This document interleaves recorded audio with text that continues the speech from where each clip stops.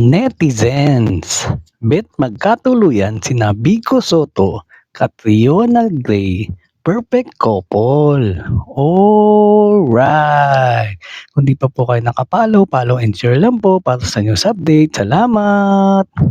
Kahit uso ang pag-unfollow sa Instagram, mukhang on the look at out naman ngayon ang netizens kung sino ang new followers ng ilang celebrities. Nako, trending na trending sila ngayon dahil sa napansin ng mga marites na nakapollow lang nila sa isa't isa. Dahil diyan, kilig na kilig ang maraming fans at sila ngayon ang shining ship na sana'y magkatuluyan in real life.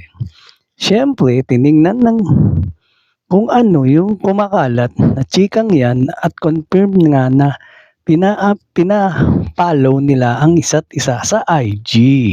Bukod yan, nabasa rin namin kung ano yung mga reaksyon ng madlang people na naramdam ang kanilang pagkatuwa at pagkakakilig para sa dalawa.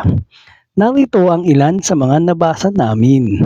Both perfectionists in their own rights, with their heart to contribute to the community and underprivileged. Great match.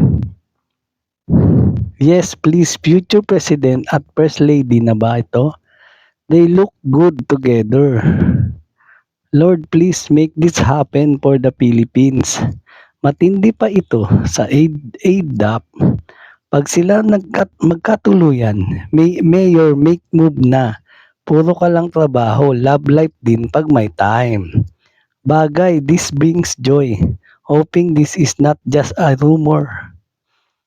Samantala, may mga nakita na rin kami sa sinasabing baka may proyekto si Catriona sa Pasig kaya niya pinalo ang alkalde.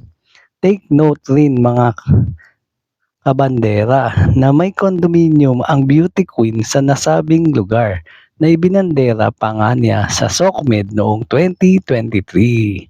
At yan ang totoo. Alright! Thank you for watching po. Follow for more videos. Salamat!